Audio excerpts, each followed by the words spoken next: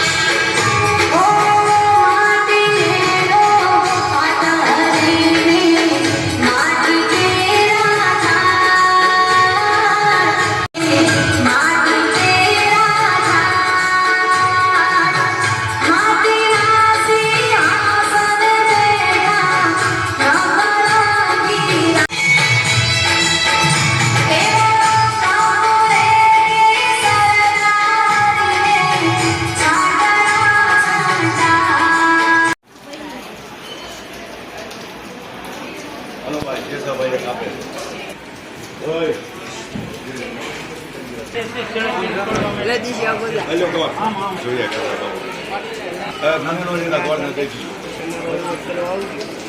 আমরা જમવું એ ભગવાન ચંદ્ર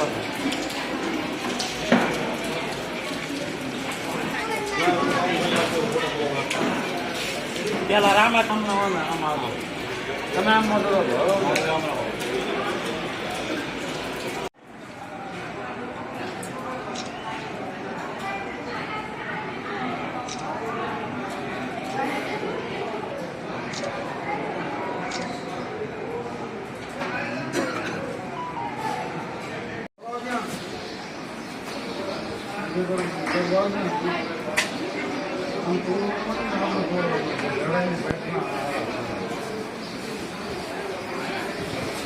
આવી ગયા બેન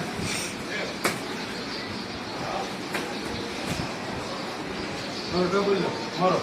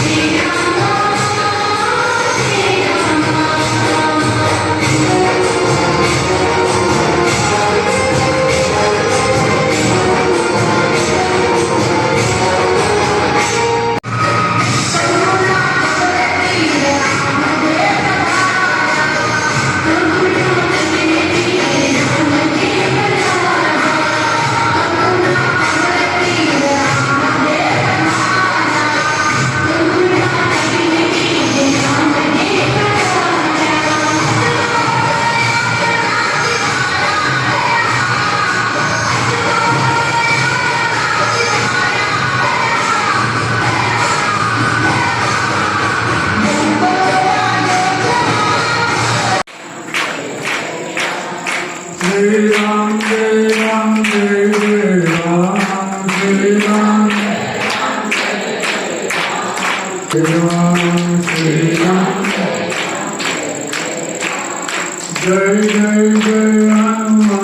गुरु कृपा करो गुरुदेव विनाई कृपा करो श्री राम जय राम जय जय राम। नवरात्रिનો 11મો દિવસ અને જળજીની 11.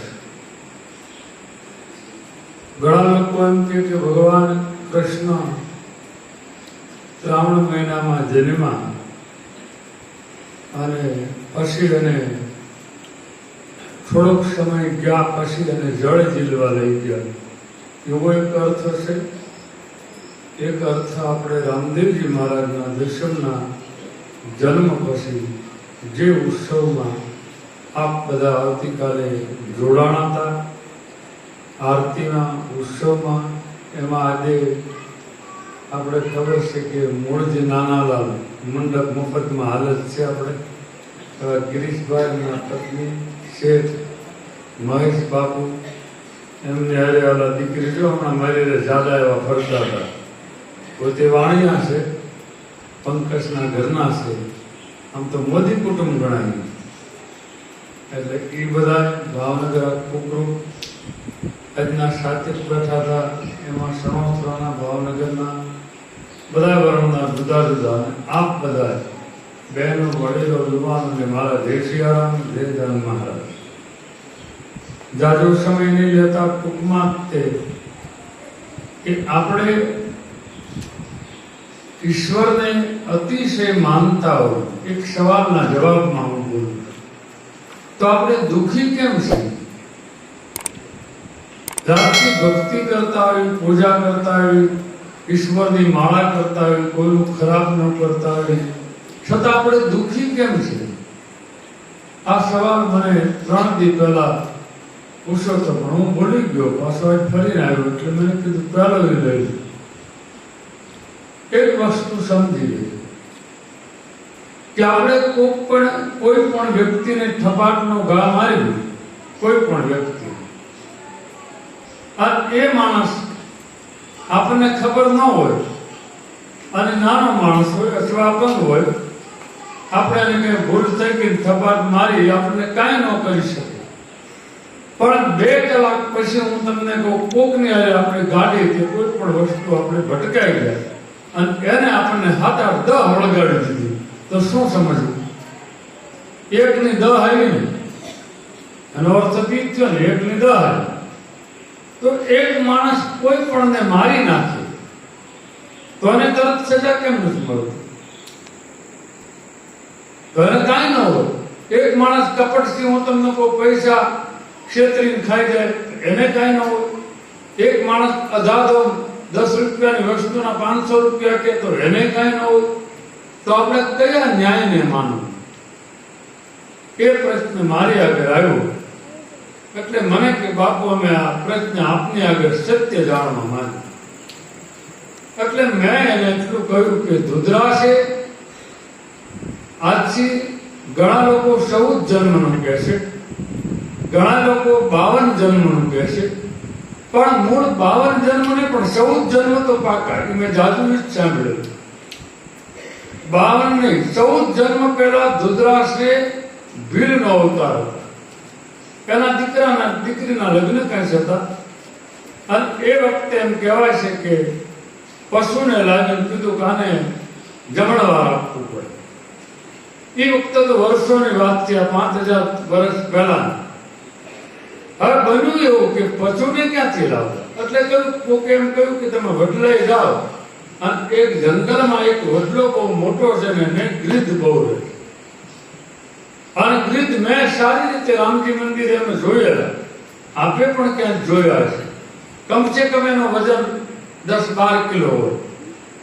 તમે વડલો બહુ મોટો છે ને તમે ધીમે ધીમે કાંટાની ઘાસ થોડીક ગોઠવો અને રાત્રિના 12 થી 1 ગાળામાં જગવો, ચારે બાજુ એક આગ મેટવાની.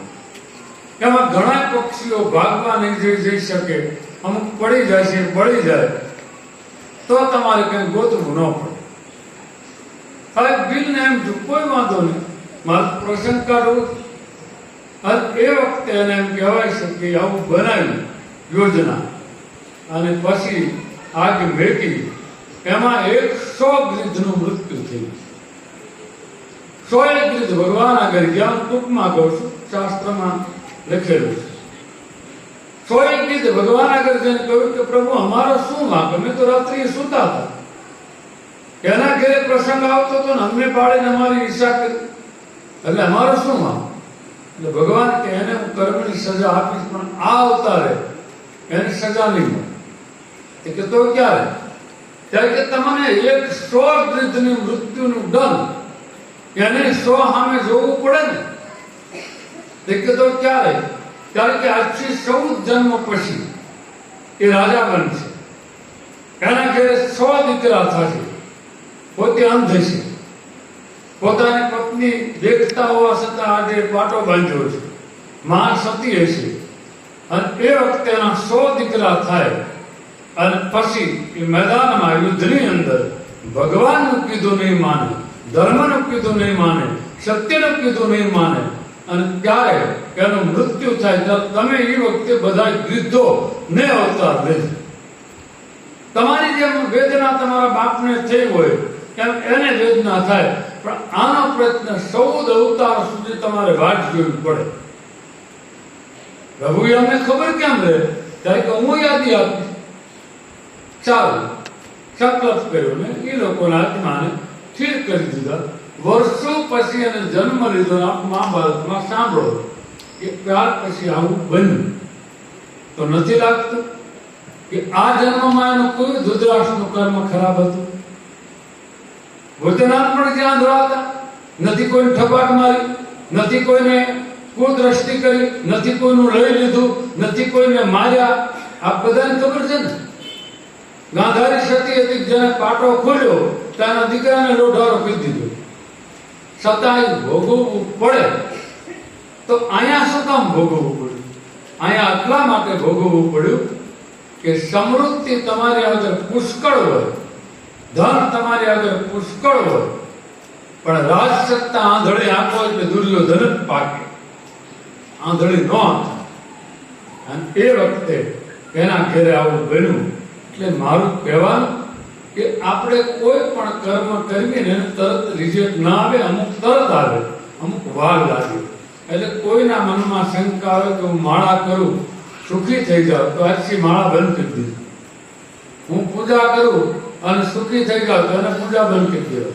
આવું જગદાર બોલું, ભલે કેવું કરાવવાનું છે. કોઈ પણ આશાથી કોઈ વસ્તુ ન કરું. હું કોઈ આશાથી આ કામ કરતો નથી. ફળની આશા નથી રાખતો, કીર્તિની આશા નથી રાખતો, નામ કમાવું એની આશા નથી રાખતો. કેવળ મને જે દેવળ વાળો કરાવે એટલું જ મારે કરવું, એટલી આશા રાખો. આ વસ્તુ તમારી આગળ આવી જાય તો કર્મનો સિદ્ધાંત પુસ્તક છતાં વાંચી લેજો. તમને એના જવાબ મળી જશે કે કોણ કર્મ ક્યારે કરે અને કોણ કર્મ શું કરે, એની ક્યારે સજા મળે કે મારે તમારે જોવાની છે. આજે રામદેવજી મહારાજના 11મા દિવસે એકાદશી છે, અને આપ બધા શાસ્ત્ર નિયમ પ્રમાણે અને આમ તો પિતૃ નિયમ પ્રમાણે 11ના દિવસની રાત કોઈ પણ જાગરણ આપું નથી કહેતો. 11ના દિવસની રાત પિતૃ પીડા જેને હોય એ 11નું જાગરણ કરે, અને ત્યાર પછી પૂનમને દિવસે હરાત બેસે ત્યારે એ દીવો શરૂ કરે, તે 16 શ્રાદ્ધ કરે અને એનું ફળ આપી દે. એટલે એના પિતૃ જે નામ સહિત હોય કે આનો આત્મા ભટકે, એની મુક્તિ થાય એવું મેં સાંભળ્યું. નામ આવવું જોયું કે આ ભટકે છે. તો આપ બધા જ્યાં પધાર્યા ત્યારે આપને દાનમાં રાખ, ઠાકર સુખી રાખે. આપણો આવતીકાલનો છેલ્લો દિવસ છે, એટલે પછીની સૂચના આપી. જય સિયારામ, જય દાનમાં. હે ચલાળાનો નાથ મારો દાનેવ દેવ છે, એણે મને માયા લગાડી.